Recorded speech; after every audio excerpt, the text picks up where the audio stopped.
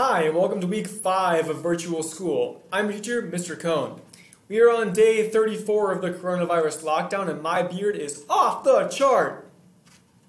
Our quote from this week comes from the British government during World War II. Keep calm and carry on.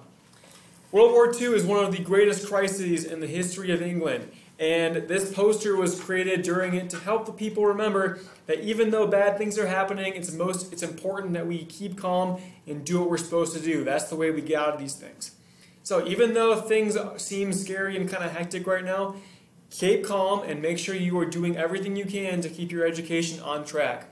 And remember, the British government eventually won World War II, and they emerged on the other side of it. So even like we were in a bad situation today, it shall pass and things will go back to normal eventually.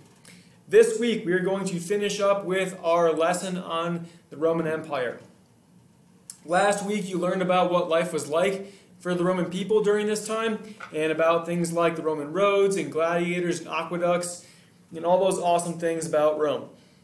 We're going to finish up this week with the end of the Roman Empire and also talk about two of the world's biggest religions, Judaism and Christianity, which both are connected deeply to the Roman Empire in some ways that are really important to learn.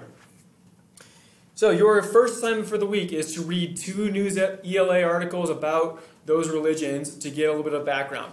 This video will also help you learn the story of those religions as well. Your second assignment for the week will be to take some notes on the fall of the Roman Empire and about how Rome eventually fell apart. So today I'm going to explain the history of Judaism and Christianity. To start, we need to go all the way back to the beginning of the year. We learned about this map, the Fertile Crescent. This is the area in the modern Middle East where civilization first began. We talked about places like Mesopotamia and also places like Egypt. In between is a place called Palestine. And Palestine is where a tribe of people called the Hebrews lived. Now, the Hebrews are also the same people as the Israelites and the Jews. All 3 of those words mean the same group of people. And so when you hear people say Hebrews, Israelites, or Jews, they're all talking about the same group of people who were a tribe that lived in the Fertile Crescent long ago. Now, at first, this tribe was polytheistic. Remember, we talked about this term earlier in the year. Poly means many. Theistic means God, so polytheistic means belief in many gods. However, they soon made a switch that was very important for their history. The Hebrews stopped being polytheistic and became what's called monotheistic. Mono means one, so monotheistic means belief in one god or goddess. And the Hebrews' monotheistic religion revolved around a belief in the god called Yahweh. And Yahweh had made a covenant with a person, a Hebrew named Abraham, according to their religion. A covenant means a deal with God. The deal was that Abraham and his descendants meaning like children, grandchildren, great-grandchildren, they would follow God's rules. In exchange, God would give them some awesome land, aka the land of Palestine. So we're talking about this small place right here. The rules of God are best outlined in the 10 Commandments, which were given to the Hebrews by one of their great legendary leaders, Moses. The 10 Commandments are still a document that we have today, and they look something like this. Some of them are pretty famous and pretty obvious, like don't kill people, and don't cheat on your spouse, and don't steal things, and don't lie.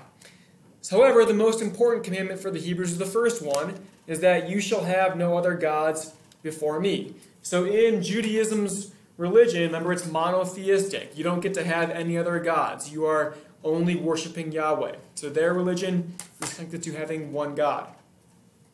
The Hebrews built a temple in Palestine, and this temple was where they would sacrifice animals to Yahweh to please him. However, unfortunately for them, the temple was destroyed, then rebuilt again, and then destroyed by the Romans finally in 70 AD. We'll talk about that later. All that's left today is this one wall of the temple. It's in the city of Jerusalem, which is in modern-day Palestine, which is in an area called the West Bank, also borders in Israel, the country today. The Wailing Wall is the holiest place in all of Judaism because it is the last wall standing of their temple. So that's kind of the religion of Judaism. Now how does this connect to ancient Rome? Let's find out. Because the Romans, during the rule of Emperor Augustus, that we learned about a couple weeks ago, actually go ahead and conquer what is now Palestine. So in this map you can see that the Roman Empire is outlined in yellow, and red would be the area of Palestine where the Jewish people were living at the time of the birth of Jesus. Now, Judaism as a religion is much older than Christianity. Jesus was born as a Jew, so he grew up believing in Judaism as the religion. He grew up worshiping Yahweh as a kid. That was his parents' belief. So it's important to know that Christianity comes from Judaism and they're connected in that way. No one knows what Jesus actually looks like, and you'll see crazy amounts of pictures of him all over the place. This one comes from a famous church in the Byzantine Empire, so we'll use this one because it's history class. Anyway, Jesus was a poor carpenter who became a homeless preacher, and during his life he walked around the countryside of Palestine preaching to people.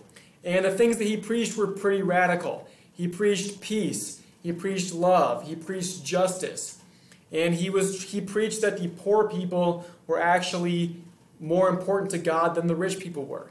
He preached that the first in this world will be the last. He preached that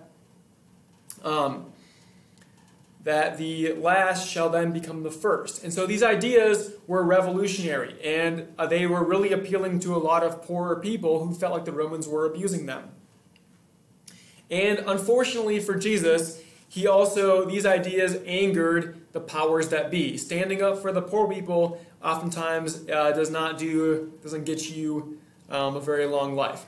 And so Jesus, during one of his journeys to the city of Jerusalem, actually went into the old temple and had a protest against the tax collectors and the money changers who were charging poor people money to pray. He didn't think that was very fair. And so him and his followers went through and ran them out of the temple and kind of beat some of them up. And this angered the Roman governors who were worried about rebellions. And so the Romans took Jesus and captured him and then ended up crucifying him, which is the normal punishment for rebels at the time. Crucifying is when they nail your arms and legs to a cross made of wood and leave you to die. It's not a very fun way to die. But the Romans were great at coming up with bad ways to kill people. So Jesus ends up getting crucified, and that should have maybe been the end of his teachings. However, his followers were super loyal, and they were really committed to Jesus' message, even after he died. His followers claimed that he was not just a man, but actually the Son of Yahweh, or the Son of God. This might seem like kind of a mind-blowing claim to make today, but back then in the ancient world, it wasn't that crazy to claim that you were the Son of God. The Roman emperor claimed that he was the son of Jupiter, right? We learned about all those Greek mythological heroes who claimed that they were the sons of gods as well. So like Alexander the Great. So back then, people claimed to be the Son of God a lot. So it wasn't that crazy. Also, they claimed that he had not actually stayed dead, but had come back to life and then ascended to heaven to live with Yahweh forever. They also preached that he would finally come back at some point and redeem the entire world and make it just in the way that it should be and fix all the problems that we have still today. They also claimed that anyone who believed his teachings and joined them would be given eternal life in heaven after they died. So they got to go to heaven and live forever. Now, why would anyone believe this? Well, as we said, many ancient people believed that gods and humans were more connected than we do today. There also was a tradition in Judaism of a Messiah figure or a savior who would come to save people from oppression. Now, the Jews felt like the Romans were oppressing them and were controlling their territory and taking away their ancient homeland. And a lot of Jewish people thought that Jesus, with his radical preaching of how the poor should overtake the rich, might be a Messiah figure. And finally, heaven sounded pretty awesome. You got to live forever, right? In the Roman religion, it was very unclear what would happen to you after you died. Same thing with Judaism. There wasn't like a set place you would go to after you passed. Whereas Christianity promises a very clear reward for its followers, and that's a pretty good motivation for a lot of people to want to join up. So, Christianity, the followers of Jesus start preaching in this local area after Jesus dies, and they keep his teachings alive. How does it spread from this small corner of the Roman Empire to the rest of the world like it is today? That's a great question. The Jews did not like living under the Romans, and so a few years after Jesus died, Jewish people actually rebelled in force against the Romans and fought a war against them. The Jews lost, and the Romans crushed their temple and forced them to spread out into the empire and leave their homeland. Because of this, many Jews took their beliefs with them and spread the teaching of Jesus to other parts of the empire that way. The other reason that it spread is because of the journey of a guy named Paul. Paul converted to Christianity and teaching of Jesus after the death of Jesus, and Paul was a Roman citizen. This meant that Paul could travel freely on Rome's roads and trade routes and be protected by their armies when he would go places. And Paul ended up going on 4 different missionary journeys all across the Roman Empire. So Paul sailed from Palestine to places like in modern Turkey and Greece and even all the way to Rome itself, where he ended up, sadly for Paul, being executed for his teachings. So Paul helped spread with his travels.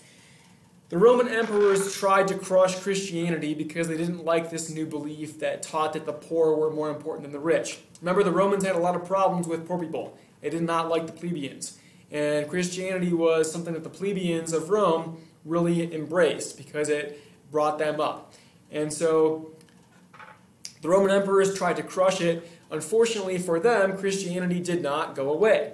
And eventually, after several hundred years, even the Roman emperor himself, Emperor Constantine, created Christianity to be legal by signing the Edict of Milan in 313. Constantine himself converted to Christianity as he was passing away, but a later emperor, Theodosius, would take it even further, making Christianity the official religion of the Roman Empire. So you had to be a Christian now if you were Roman once Theodosius came to power. So it goes quickly from being a tiny religion in one corner of the empire to being the official religion of the Roman Empire. After Rome falls and the empire is no more, the religion and the belief still is there. And many of the monks and the priests spread Christianity out into other places in Europe where it is still a huge religion. And why does this all matter? Well, today there are 2.5 billion Christians across the world. It is the world's biggest religion. And as you know, there are many churches in our small town here. There are still 14 million followers of Judaism, so that early religion of the Hebrews and the Jews has not gone away either. It outlasted the Roman Empire and their attempts to crush it. Judaism and Christianity are different religions today, and they had a split about who could be a member of which. They have some similarities, like they both believe in the same God, but Christianity has a wider appeal, especially with its promise of heaven and the afterlife. The main difference being that Christianity believes that Jesus is God's Son, and Judaism does not hold to that same teaching. So those are 2 of the world's biggest religions, Judaism and Christianity. That will be a big part of your notes for this week. Please do the readings and the notes. Email me if you have any questions or hang out with me on Google Classroom. Hope all of you have a safe week, and I'll talk to you next week when we'll talk about the Islamic empires.